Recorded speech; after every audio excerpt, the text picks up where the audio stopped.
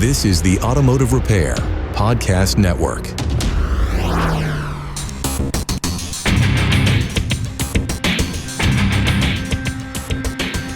Welcome, everyone, to yet another episode of Diagnosing the Aftermarket A to Z. I'm Matt Fonslow, and there is no spoon. That and more after a word from our sponsors, NAPA Autotech Training and Pico Technology. Check out our NAPA Autotech Facebook page to find out the latest NAPA Autotech virtual class scheduled at a time that is convenient for you. Learn from the comfort of your home. Tired of guesswork in your auto diagnostics? Need to pinpoint faults quickly and accurately? PicoScope will turn your PC into a powerful diagnostic tool. See live waveforms from sensors, injectors, and ignition systems. See the problem? Solve it faster. Visit picoauto.com. That's Pico auto.com. Yeah, so the quote I'm sure almost everybody, whether they've seen the film or not, is familiar with is The Matrix. And it was from a child, I think, known as a potential to be the one, which ended up being Neo, which is, I think, what, an anagram for one, the one. It would seem like I want to talk about The Matrix itself, the movie. It's not so much I want to talk about the movie. I love the movie. I really do. And I've seen it quite a few times. And I got to be on the level with you. I'm sure my idea here is nothing new. But for the many times that I've seen it until very recently, I haven't really even seen it that recently, to be honest. But just kind of thinking about it, conversations with really my wife triggered it. Friends just triggered an idea of the movie. So I almost want to assume everybody's seen the movie or knows about it. I don't know that I want to go into, no pun intended, rabbit hole of describing the movie or the precedents of it. Short of, we'll just say that if you have not seen the movie or movies, but really the first one, I think we can get by with just the first one. The premise of the movie is that the human race has created artificial intelligence, which, don't get me going, it's a real umbrella term, but in this case, the machines took over and are using humans as energy sources. Somewhat silly when you get down to the brass tacks of physics with it, but to push forward the story, they're using entire crops of humans as batteries, little battery cells inside of pods that collect heat and for a source of energy. To keep humans alive longer and producing, they kind of entertain their brains in what's a simulation of life or the world, and it's called The Matrix. For the longest time, that is how I thought about The Matrix. Just, a program that we're all uploaded into or connected to our real bodies or in some pod. We're kind of dreaming inside of this simulation.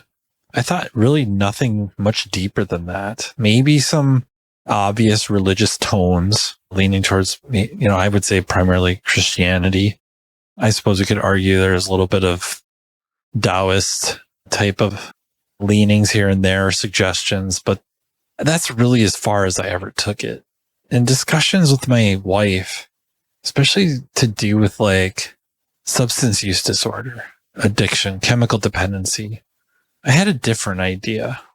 And honestly, spurned by previous episodes that I've recorded on this podcast, as well as just stuff I would talk about in other podcasts and also comments on social media. And so, I'm not trying to dance or, beat around the bush or dance around the idea. It's just, what if the Matrix is nothing more than our own personal social construct? Meaning, what if the Matrix, the movie, is a metaphor? That Matrix is a metaphor for our own ideas and beliefs. So that's what I got. Thanks for listening. I hope you got a kick out of it. And if you can help me flesh this out, I'd appreciate it. Just kidding. I'm going to keep rolling on this idea. The reason I guess I got to the chemical dependency part was that we have a situation where they're going to wake Neo up, right? Let's just relate it to substance use disorder. Let's say that the social construct is, this is how I cope. This is how I deal with the world around me and with a certain level of escapism, or at least something to help take the edge off of life. And whatever chemical that may be, it wouldn't even have to necessarily be like a drug, so to speak, but it makes it easier for conversations. That's what I use. That's what I do. So my belief system now is structured around the need for this tool, right? This cure. I think you've heard me say before that drugs are a cure. They work really, really, really well. They have some severe repercussions, but for many, to solve some issues as a solution, they kind of work like gangbusters. There's a price to pay. Let's just say the character Neo is wanting to wake up. His construct is no longer working for him anymore. That he doesn't believe he needs to use anymore. That he wants to live in the real world, if you will. No longer in this kind of this simulation or this happier place, easier to deal with place. And that's not to imply from the movie that The Matrix, that for everyone, The Matrix was so great. It wasn't. But the decision is made. And that's the kind of the red pill. I hate to say red pill anymore because, Andrew Tate has kind of taken that term and ruined it. In the movie, when presented a choice between a red pill and a blue pill, the blue pill is to just stay in that world, in this self-imposed cage, this belief of what you can be, what you can't be, what you can do, what you can't do. And the red pill is a choice, the choice to wake up, the choice to start living in, for lack of a better term, reality, the real world, at least start busting out of that cage or expanding the walls. I like it because the analogy, at least, and not because I came up with it, but just where it seems to work for me is that after the choice is made, it's not like Neo's life just got instantly better. It got worse. He wakes up in a pod of vat full of goo, junk. His body atrophied, really hardly able to move, flushed out of that pod into water where he's going to drown and rescued by Morpheus and the crew. The reason I like that is a lot of times when people try to quit whatever that coping mechanism is, and we are leaning towards more chemical dependency, it isn't like one day they chose to take the red pill and, all right, I'm going to learn to cope otherwise. And the sun's brighter, the sky's bluer, and the clouds are whiter and fluffier. And oh my God, the birds are singing. No, their life gets worse. It's less colorful. And that's the thing, right? When he's on the ship, the hovercraft, Nebuchadnezzar, that the world is gray. Everything's gray and cold. The Matrix sounds pretty good to go back to color and warmth, at least a chance at warmth. The chance of real food, quote unquote, real food, right? Remember Cypher eating that steak? Like, I know that the steak isn't real, that the Matrix is telling my brain that it's juicy and delicious. Well, yeah, the red pill, the choice is now to eat the runny eggs. So food probably doesn't taste as good. Life isn't quite as bright, vibrant, and the atrophy may not be physical. It could be, depending on what was being used and how long and how, frequency intensity type stuff. But the coping mechanisms, the ability to deal is severely atrophied. Like a lot of times that's one of the reasons. I don't want to say everybody uses drugs to escape. Everyone uses drugs to not have to cope. A lot of them do, right? It isn't blanket statements. I'm not trying to say it's 100%, but many, many, many do to deal with life, to handle just anything and everything upsetting. Life is hard.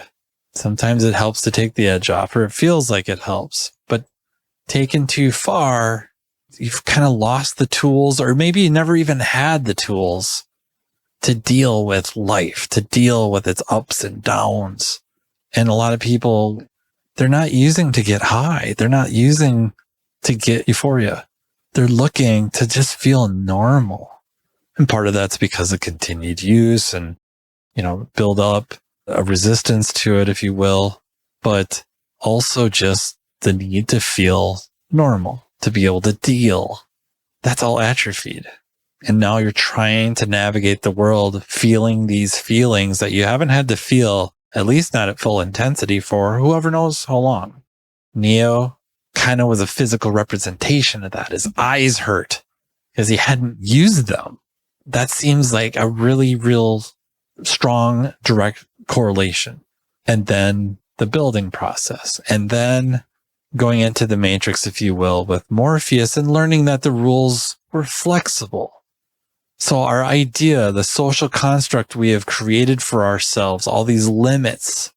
I'm not saying any of us can jump across buildings, I guess, depending on how far apart they are. So theoretically, I guess we could, but not to that extreme, right? The amazing physical fighting displays or superhuman feats, maybe not necessarily possible in our world, but the reality is there's a lot of things that we limit ourselves on that are self-imposed. I can't. I could never.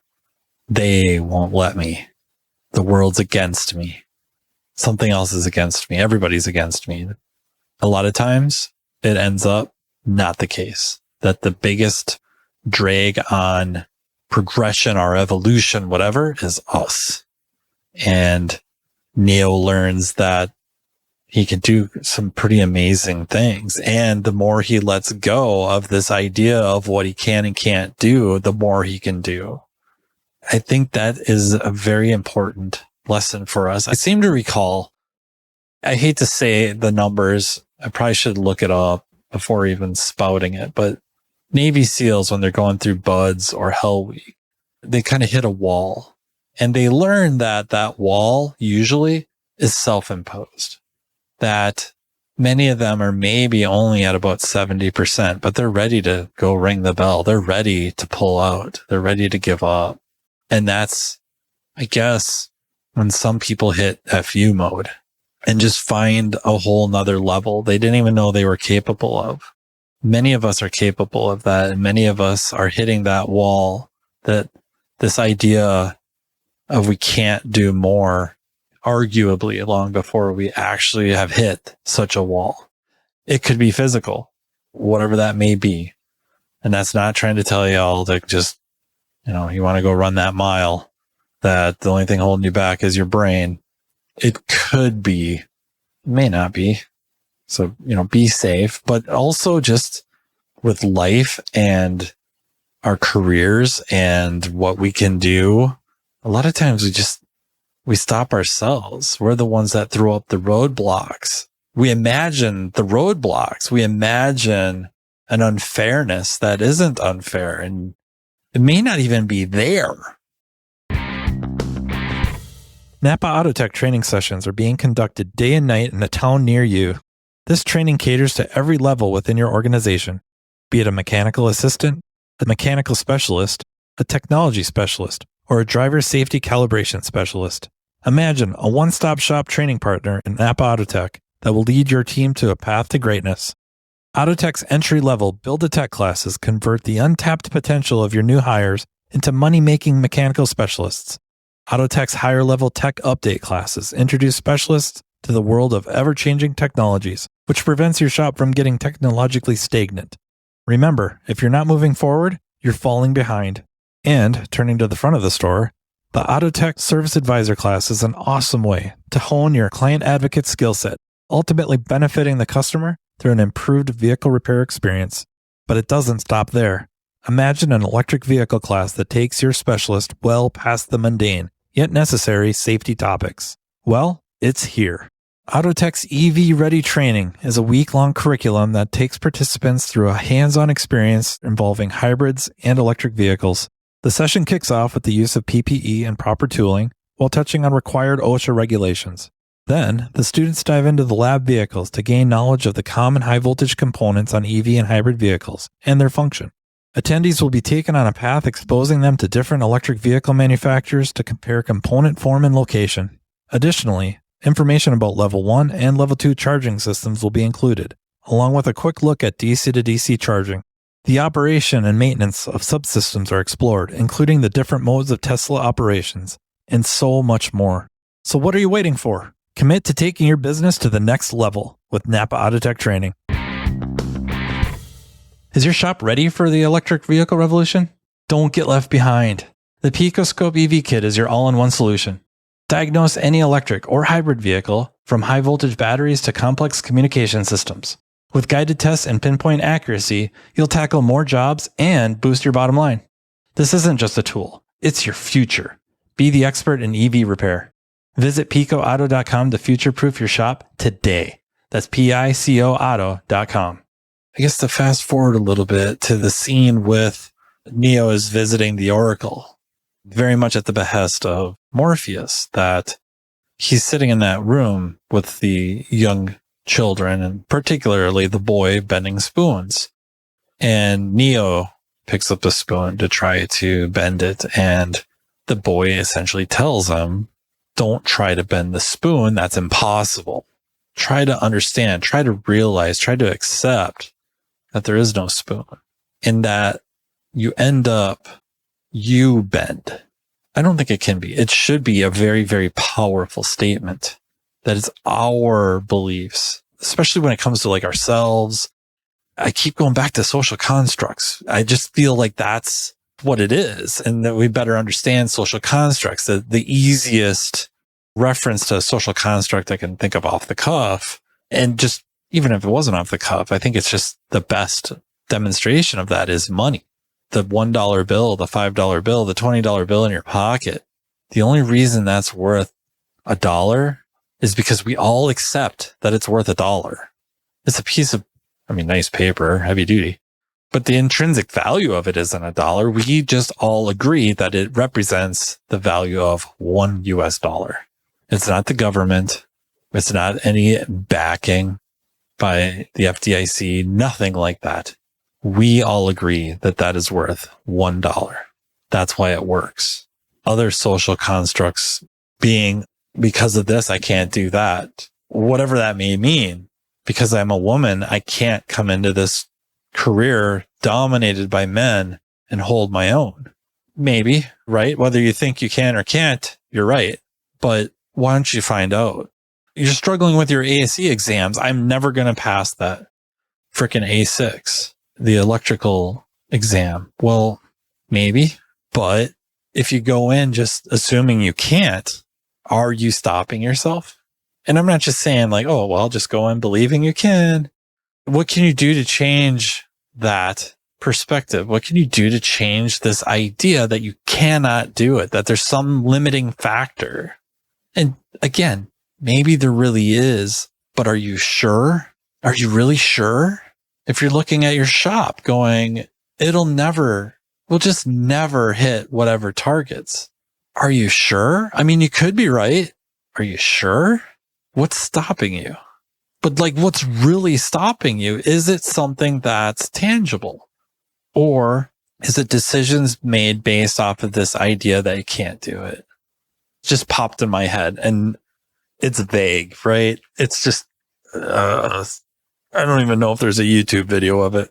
When I was a kid, one of the few shows that my mom would let us watch during the day was Kung Fu with David Carradine. My mom's grew up Catholic, so it's interesting that she'd let us watch that. But they would have these flashbacks. So, the stories around this gentleman named Kwai Chang Caine, who is half white, half Chinese, and got accepted into a monastery where they studied Kung Fu for self-defense and exercise and whatever that. I guess we don't have to get into the history of Kung Fu. But during these flashbacks, he would remember these lessons from Master Po and Master Khan.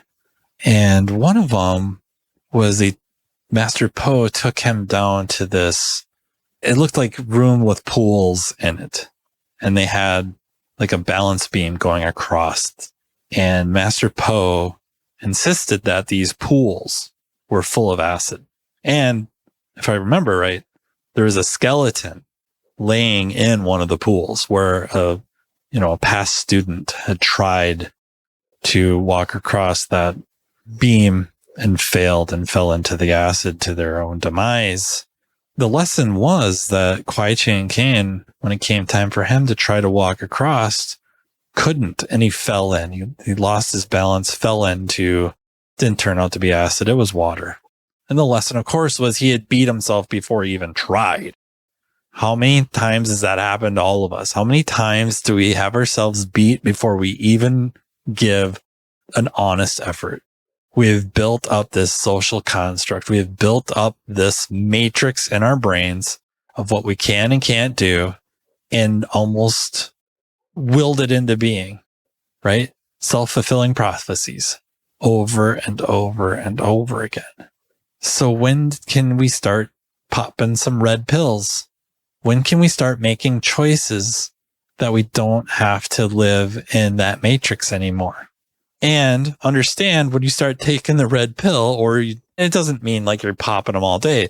The red pill could be a metaphor for just the decision, the choice, right? That's the matrix's big thing is choice. Well, when you make the choice to not buy into your matrix anymore, to buy into your own self-imposed limits, again, it's not going to be like a ray of light hits you and I don't know what they're called. The sirens start singing and kind of like one of those almost like holy situations where you hear the singing and all that, the ahs. It probably won't be like that. It's actually going to suck. The initial change, the initial result of your choice is going to be worse or feel worse than what you already had. And that's a good thing, right? Because we can struggle a little bit now so we don't struggle a lot later. Whatever that may mean, right? That could be to do with, we'll just say chemical dependency. It could be just how we think of ourselves or what we accept to be okay. There's a lot of people out there who are very, very mistreated in their relationships, and they believe that that is all they can do. That is the best they can do. Whether it's a significant other, just good friends. Well, they wouldn't be good friends, but just friends in general. Jobs, employees, clients. This is the best I can do. And it's not true. That's the matrix.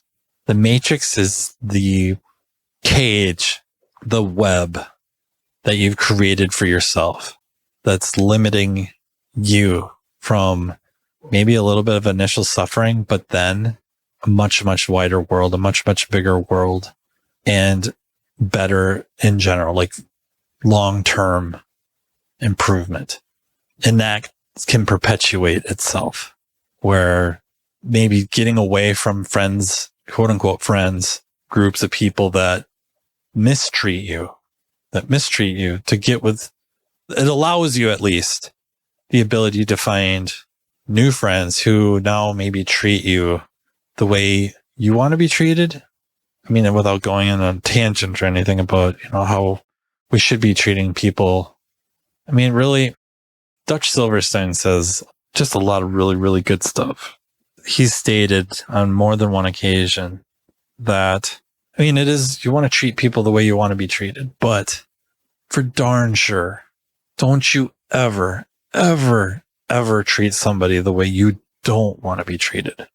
So I think leading with that and finding a new group of friends, or realizing that your significant other is not treating you well. And again, like there's always two sides to a story, right? Are you, what's your role?